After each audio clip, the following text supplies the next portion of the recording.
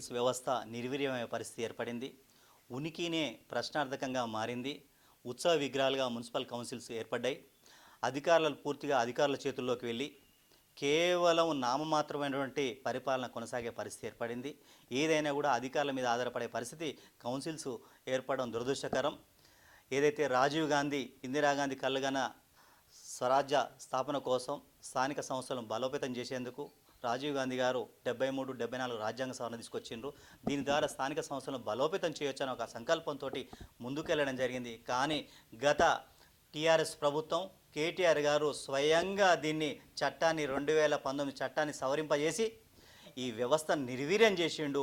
ఉనికినే ప్రశ్నార్థకంగా మార్చిండు. తన జేబు సంస్థగా మార్చి ఈ రాష్ట్రాన్ని పురపాలక సంఘాలను నిర్వీర్యం చేసే స్థాయికి తీసుకెళ్లారని ఈ సందర్భంగా సమావేశం అభిప్రాయపడింది.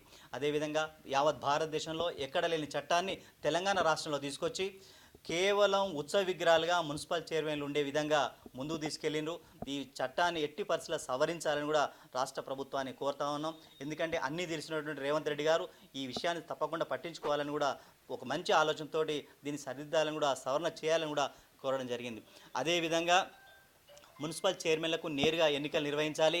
నేరుగా ఎన్నికలు నిర్వహించడం ద్వారా స్థానిక సంస్థలు బలోపేతం చేయడం కూడా అభివృద్ధి కార్యక్రమాల్లో స్వేచ్ఛగా పూర్తి స్థాయిలో దృష్టి కేంద్రీకరించే అవకాశం ఉంటుందని కూడా ఈ సందర్భంగా సమావేశం అభిప్రాయపడింది. అదేవిధంగా ఏదైతే చట్ట సవరణ ద్వారా నేరుగా అధికారులకు ఏదైతే అధికారాలు ఉన్నాయో వాటన్నింటినీ కూడా తొలగించి ఇటు మున్సిపల్ కౌన్సిల్కు అటు సిడిఎంకు అప్పగిస్తే పరిపాలన యథావిధిగా కొనసాగే అవకాశం ఉంది. యావత్ భారతదేశ వ్యాప్తంగా అదే పాలన కొనసాగుతూ ఉంది. ఆ పాలన తెలంగాణ రాష్ట్రంలో కూడా రావాలని కూడా కోరుకుంటా ఉన్నాం.